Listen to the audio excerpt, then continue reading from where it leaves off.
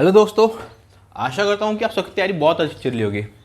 तो जैसे आपको पता है कि हम रोज़ एक डीआई का सेट करते हैं, मेंस का, ऊपरी का भी करते हैं। ये जो वीडियो है ये मेंस वाली है, ठीक है।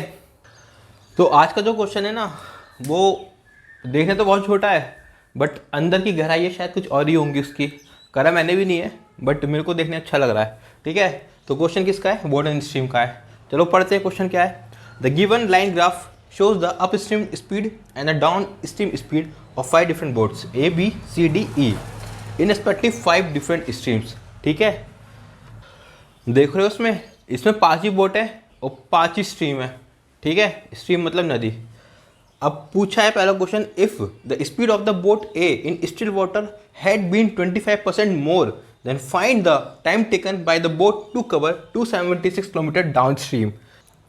तो पहले जो डेटा दे रखा है ना लाइन ग्राफ वाला, ये मैं अपने बोर्ड पर बना लेता हूँ और आप देख पा रहे कि जो सब डिवीजन है वो 5 हैं। तो मतलब एक की वैल्यू 1 है, ठीक है। एक बार की वैल्यू एक हॉरिजॉन्टल बार सॉरी, एक हॉरिजॉन्टल बार की वैल्यू 1 ही होगी, ठीक है। तो इसको मैं बना लेता हूँ पहले। देखो उसने क्वेश्चन में बोला था ना कि 5 बोट है और 5 अलग स्ट्रीम है। तो इसका मतलब क्या है? ए एक स्ट्रीम में ट्रेवल कर रही है, बी दूसरी में स्ट्रीम लिखा है, सी तीसरी में, डी 4 में और ये 5 में। मतलब 5 अलग अलग नदियों में 5 अलग अलग बोटें चल रही हैं, ठीक है। तो हमारा पहला क्वेश्चन क्या है? If the speed of the boat A in still water had been 25% more then find the time taken by the boat to cover 276 kilometre downstream, ठीक है। तो पहले क्वेश्चन ही लिख लेते हैं। उसने क्या बोला, अगर स्पीड ऑफ ए जो है, देखो मैं पहले आप बता देता हूँ कि जो मैं बोट की स्पीड होगी ना, बोट की स्पीड उसको मैं डोनेट करूँगा एक्स से, और स्ट्रीम की स्पीड जो होगी ना वो मैं करूँगा डोनेट वाई से। देखो मैं वी और यू से नहीं करता क्योंकि बनाते बनाते कम मैं दोनों एक से बना लगता हूँ ना, मुझे खुद नहीं पता चलता, ठीक है। तो इसलिए क्वेश्चन क्या कहता है, फिर से पढ़ ले रहा हूँ कि अगर बोट ए की स्टिल वाटर में स्पीड 25% मोर होती, 25% होता है 1/4। देखो आप मेरी क्लास देख रहे हो तो मैं इतनी उम्मीद करता हूँ कि आप ये 25% को 1/4 कैसे लिखा है या समझ पाओगे, ठीक है। तो पहले 4 थी, अगर अब 5 हो गई, ठीक है। 25% मोर है इसलिए होती। तो क्या पूछ रहा है उसने, find the time taken to cover 276 kilometre downstream. तो उसने क्या पूछा कि कितना टाइम लगता 276 kilometre downstream. Downstream मतलब एक्स प्लस बाई टी, ये निकालना है, ये वाला टाइम, ठीक है। तो ये कितनी है? स्टिल वाटर की है, ठीक है। तो हमें इतना डेटा दे रखा है और हमसे ये टी की वैल्यू पूछी है। तो अब क्या करें, ए के लिए पूछा है तो इसको यूज़ करते हैं, अप स्ट्रीम और डाउन स्ट्रीम। देखो अप स्ट्रीम स्पीड है ना, अप स्ट्रीम हो गया एक्स प्लस वाई और डाउन स्ट्रीम हो गया एक्स माइनस वाई, ठीक है। अप स्ट्रीम स्पीड दे रखी है हमें 4 और डाउन अप स्ट्रीम हमें दे रखी है 4 और डाउन स्ट्रीम स्पीड दे रखी है 20। तो मैंने आपको कहा था कि जब भी एक्स दो वेरिएबल हो उन्हों प्लस माइनस में दे रखे हो तो बड़ा वाला निकलेगा, इन दोनों के सम को ऐड करके आधा कर दो। तो 20 4 24, 24 का आधा 12। अब वाई की वैल्यू निकाल ली है तो डिफरेंस माइनस कर दो, 12 में से 4 या 8, ठीक है, ठीक है। तो x की वैल्यू कितनी आ गई 12 और y की वैल्यू कितनी आ गई 8। अब उसने कहा है कि पहले अगर 4x की वैल्यू 12 थी, अगर पहले से हमें 25% बढ़ानी है तो 4x की वैल्यू 12 है, तो x की वैल्यू कितनी आ गई 3। तो नई वाली स्पीड कितनी आ गई 15, 3 5 से 15। तो अब ये निकालना है ना हमें, तो ये कितना आ गया 276। x की वैल्यू कितनी है हमारे पास, कितनी है, ये जो है ये 5x है, ध्यान रखना, क्योंकि ये मैंने उसमें लिखा था कि अप स्ट्रीम पूछा है बट हमारी हमारी पूछा गया था डाउन स्ट्रीम। हमारी डाउन स्ट्रीम स्पीड कितनी है 5x, ठीक है। तो 5x कितना है 15 और स्पीड ऑफ स्ट्रीम क्या है जिसमें ए ट्रैवल कर रही है, y की वैल्यू कितनी निकाली है हमने, अभी हमने नहीं निकाली, निकाल ली, ये 8 है, ठीक है। तो कितनी आ गई 8। तो ये हमें टी की वैल्यू निकालनी है, कितना आ गया 276, 8 5 13 23। तो 1 से जाएगा तो आएगा 23 और 7 में से 3 गया 4, 46, तो 2 टाइम चला जाएगा। तो टी की वैल्यू कितनी आ गई 12। अब देखो सारी जो वो थी ना क्या स्पीड ऑफ स्ट्रीम, ये किस में दे रखी हैं, ठीक है। बट हमें ये दे रखा था कि 276 किलोमीटर है, ठीक है। अब इनकी तो कोई यूनिटी नहीं है तो इसको आप जिसमें पुट कर दोगे वो तो वैसे रूप ले लेंगी। तो हमने माना कि ये भी किलोमीटर पर आवर में है, तो हमारा जो आंसर आ गया वो कितना आ गया 12 किलोमीटर ठीक है, किलोमीटर कहाँ बोल रहा हूँ, टाइम है, 12 आवर आ गया। ठीक, तो मेरे ख्याल से क्वेश्चन आपको समझ में आ गया होगा। ये 5x मैं फिर से बता देता हूँ एक बार। देखो, हमें क्वेश्चन ने कहा था कि 276 किलोमीटर डाउन स्ट्रीम जाने में से कितना टाइम लगता है। ठीक है, डाउन स्ट्रीम। और डाउन स्ट्रीम स्पीड कितनी है हमारी, कहाँ है क्वेश्चन, कहाँ है, क्या होती है down speed stream, speed of the boat, speed of boat plus speed of stream, ठीक है। अब स्पीड ऑफ बोट हमें कितनी दी थी, 5x, ये दी थी ना 5x, और x की तो कितनी आ गई, 5x की वैल्यू 15 आ गई, 15, तो इसलिए मैंने 15 रखा था यहाँ पे 15। ठीक है, अब कुछ लोग सोचेंगे कि यहाँ 12 रखा है तो यहाँ पे 12 × 5 60 क्यों नहीं करा। वो आप बिल्कुल सही कह रहे हो कि x की वैल्यू 12 आई थी, बट जो हमें स्पीड दे रखी थी ना वो हमने रेशियो में निकाल ली थी ना, जो क्वेश्चन में कहा था कि 25% मोर होती। अगर आपको देखो अभी भी थोड़ी कन्फ्यूज़न है ना, तो मैं 12 से करके दिखाता हूँ। देखो, हमारी जो डाउन स्ट्रीम स्पीड है उसमें स्पीड ऑफ बोट और स्पीड ऑफ स्ट्रीम दोनों ऐड होनी है, बट हमसे कहा था जो स्पीड ऑफ द बोट ए है ना इन स्टिल वाटर, वो 25% मोर होती। ठीक है, तो माना कि बोट ए की जो स्पीड है वो 12 है। ठीक है, माना कि 12 ही है, एक्स की वैल्यू 12 है, तो ठीक है। अब इसका 25% मोर करना है, कितना होगा, 5/4, यही होगा ना, 112 का 125/100, तो 25 पंजे 25, 4 3 ज़ा 3 5 ज़ा 15, तो 15 ही आया ना, यहाँ भी 15 ही आ रहा है, 4 1 ज़ा 4 3 ज़ा 15 ही आया ना, तो इसलिए ये 15x, वो 5x मतलब 15 रखी। ये रेशियो से मैंने यूज़ किया है इसीलिए। ठीक है, आप मेरे ख्याल से समझ गए होगे, मैंने कुछ ज़्यादा ही इसको समझा दिया। ठीक है, तो मेरे ख्याल से आप समझ गए होगे, और इसका आंसर क्या है, इसका आंसर है 12 आवर्स। अब मूव करते हैं अगले क्वेश्चन पे। बट आप याद रखना, जो हमने डेटा निकाल लिया एक बार वो हमें दोबारा नहीं निकालना, इसलिए हम ए की स्पीड और ए की स्ट्रीम को नोट कर लेते हैं। देखो, यहाँ मान लेता हूँ 12, एक्स की वैल्यू 12 है, वाई की वैल्यू है कितनी, 8। ठीक है, मतलब अब जितनी भी बोट की स्पीड आएगी वो यहाँ लिखूंगा, और जो भी स्पीड आएगी वो यहाँ लिखूंगा, और एक्स और वाई के साथ ही लिखूंगा। ठीक है, जिससे कि आपको कन्फ्यूजन ना हो। x = 12। चलो मूव करते हैं नेक्स्ट क्वेश्चन पे। अब क्वेश्चन 2 है, if the speed of the current for boat C had been equal to that for boat A, then the difference between the time taken by boat C to cover 231 kilometre downstream with the new down sorry with the new downstream speed and that of the same distance with original downstream speed। बहुत कुछ बोल दिया इस question ने इसमें। चलो एक एक लाइन पढ़ते हैं और एक एक लाइन लिखते जाते हैं। देखो क्या बोला है, if the speed of the current for the boat C had been equal to that of the boat A. देखो करंट बोला है ना, तो करंट क्या होता है, करंट बोलते हैं हम नदी को, पानी को, बहते हुए पानी को। ठीक है, अब उसने क्या बोला है, Y C equals to Y E. देखो मैंने कहा था कि मैं करंट को या स्ट्रीम को वाई डोनेट करूंगा, तो ये सी की है इसलिए सी है, और ये ई की है इसलिए ई है। ठीक है, आगे बोलता है then find the difference between the time taken by the boat C to cover 230 kilometre downstream. 231 kilometre downstream, downstream कितना होता है, एक्स प्लस वाई। ठीक है, with new downstream speed. ठीक है, अब नई जो डाउन स्ट्रीम स्पीड है ना उससे, तो x मार दूँ इसको कर देते हैं x डैश, इसका मतलब क्या है, ये न्यू वाला है। ठीक है, x dash and that of the same distance with original down stream speed.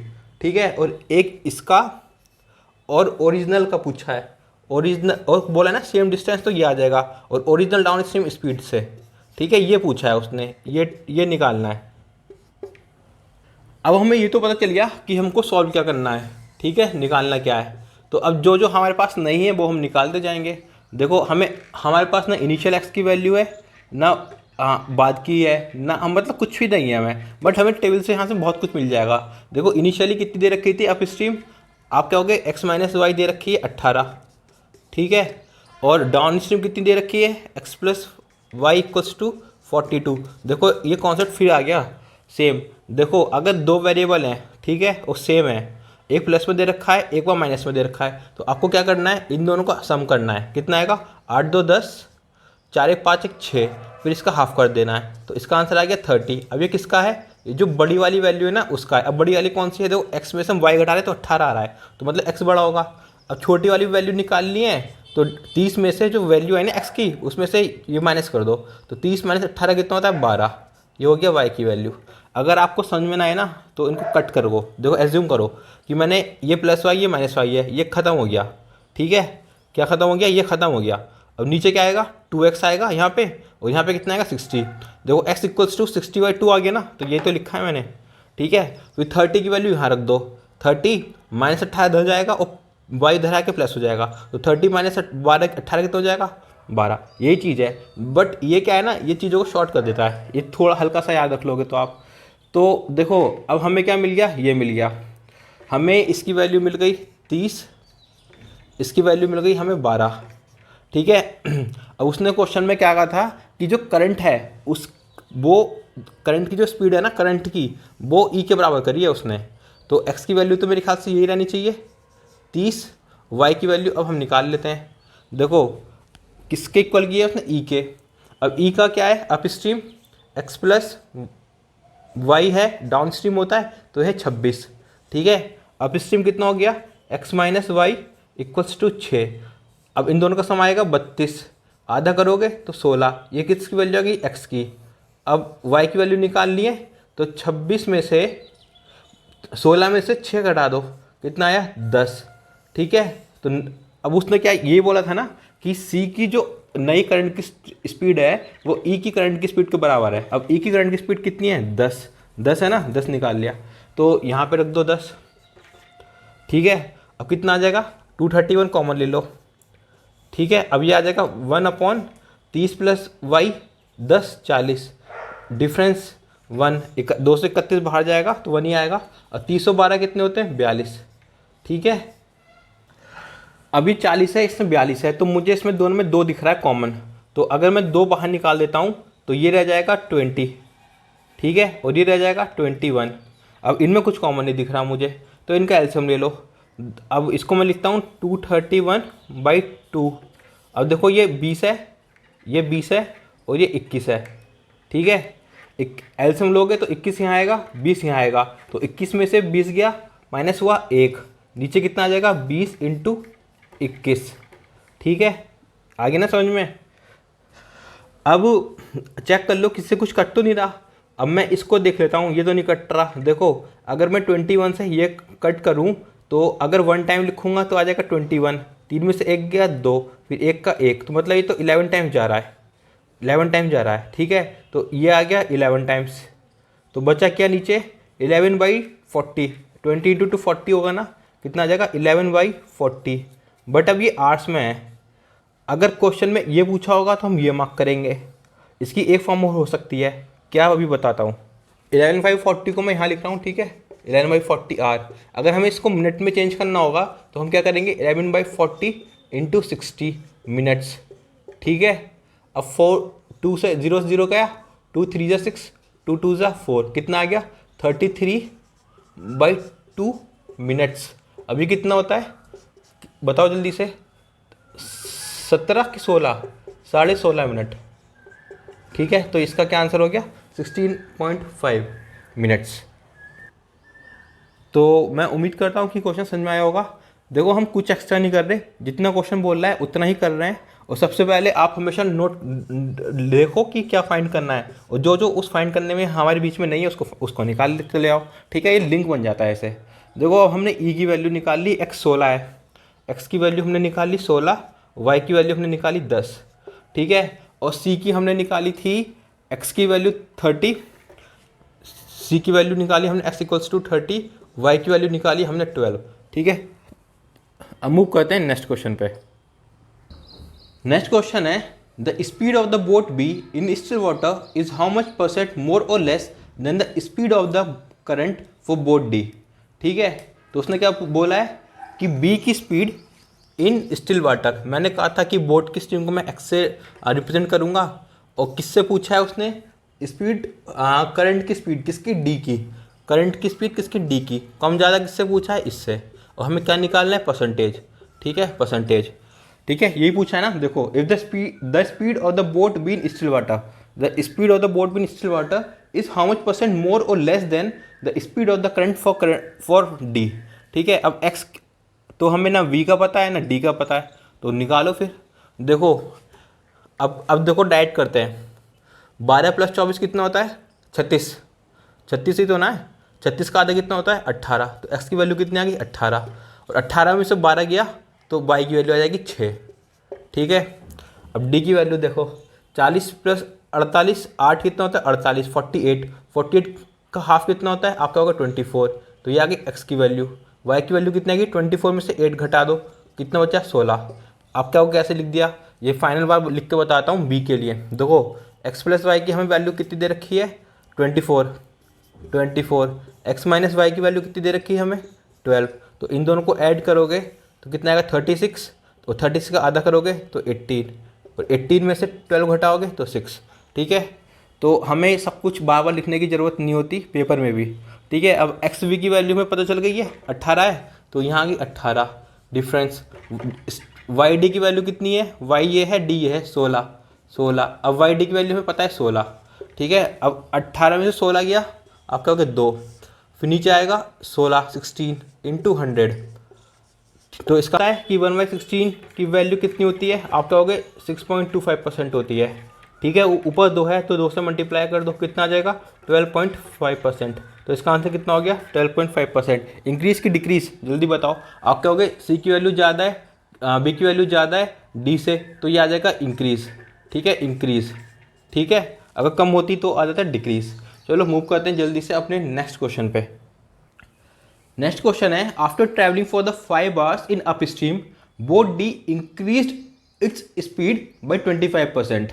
ठीक है, क्या बोलता है कि बोट डी जो है ना वो अप स्ट्रीम चल रहा है। ठीक है, अप स्ट्रीम ही हो गया। कितना चला? उसने कहा कि पहले 5 घंटे चला। ठीक है, फिर उसने बोला 5 घंटे चलने के बाद में ना उसने अपनी स्पीड को ना 25% बढ़ा दिया बोट डी की। अब पहले अगर एक्स थी, देखो कितना बढ़ा दिया? 25%। 25% कितना होता है? 1/4। ठीक है, अगर पहले 4x थी, 4z मान लेता हूँ, 4z थी तो अब हो गई 5z। ठीक है, न्यू कंडीशन में। ठीक है, अब फिर बोलता है and then travelled for 6 more hours in the same direction. अब कितना चला? 6 more hours। कितना किसमें जा रहा है? डाउन स्ट्रीम में। तो याद रखना कि ये होने के बाद वो 6 घंटे और चला है। ठीक है, ऐसे याद रख लो, इंटू मत करो। ठीक, तो हमें क्या करना है? Find the total distance travel by boat D. अब डी ने कितना डिस्टेंस ट्रैवल करा हमें ये फाइंड करना है, और उसने बोला ना कि इन द सेम डायरेक्शन, तो मतलब ये भी अप स्ट्रीम चल रहा है। ठीक, देखो डी की हमें एक्स पता है, वाई पता है, तो इससे अप स्ट्रीम मिल जाएगी आपको। हाँ, एक्स माइनस वाई कर दोगे तो मिल जाएगी। अब 24 में से 16 गया, कितना बचा? 8 बचा ना। 24 - 16 कितना होता है? 8। तो ये है इसकी अप स्ट्रीम स्पीड, इसकी डी की। इसमें वो कितना चला? 5 hours। 5 hours। ठीक है, अब उसने बोला कि 4z स्पीड था पहले, अब उसने 5z कर लिया। 4z थी पहले, मतलब 4z की वैल्यू कितनी? 8, मतलब ये आ गई 2। z की वैल्यू आ गई 2, मतलब ये कितनी हो गई? 10। 5 × 2 = 10। ठीक है, अब वो इस स्पीड से कितना चला बताओ? तो 10। अगर आप भी ये करने की सोच रहे हो ना जो मैंने अभी लिखा है, तो आप बहुत बड़ा ब्लंडर करने आ रहे हो। पूछो क्यों?